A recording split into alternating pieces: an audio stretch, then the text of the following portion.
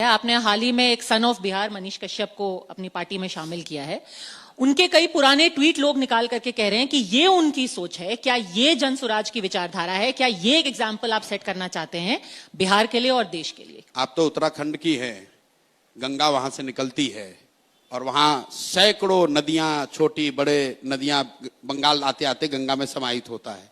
तो क्या हम लोग गंगा को कोई दूसरा नदी कहने लगते हैं? भाई, जनसुराज इतनी बड़ी विचारधारा है, इतना बड़ा परिवार है कि उसमें सब लोग आकर समाहित हो सकते हैं। अब ये बात, अब उन्होंने ये बात जो है कि बातें क्या कही हैं, कुछ ऐसी बातें जो मैं अभी बोल भी नहीं सकती। मैं उस पे आ रहा हूं। मान लीजिए कि मनीष कश्यप ने मुझे ही गाली दी, तो क्या उनको सुधरने का, मुख्य धारा में आने का, सही काम करने का रास्ता देना चाहिए कि हमको उन्हीं रास्ते पर छोड़ देना चाहिए कि वो जिहादी बन जाएं? आप बताइए कि अगर 20 साल 22 साल के लड़के को कोई सोशल मीडिया के जरिए उसको हिंदू मुस्लिम के उन्माद के लिए इस्तेमाल कर रहा है, तो आपका या मेरा फर्ज क्या है? जनसुराज की बात छोड़ दीजिए, अगर वो व्यक्ति सुधरना चाहता है या अपना रास्ता बदलना चाहता है, तो क्या उसको अवसर दिया जाना चाहिए कि हम लोग को कहना चाहिए नहीं, जो कर रहे हैं यही करते रहो, मतलब समाज में उन्माद फैलाते रहो? मतलब जो आदमी 1 महीना पहले तक भारतीय जनता पार्टी में था, उस वक्त तो उन्मादी था, अब उनका पूरा विचारधारा बदल गई है। अब उनका एकदम माइंड चेंज। मैं ये नहीं कह रहा हूं, वो किसी समुदाय विशेष के लिए ये आपने कहा कि उनके ये टिप्पणी है,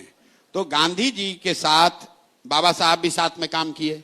बाबा साहब का गांधी जी से कई मुद्दों पर बहुत मतभेद था।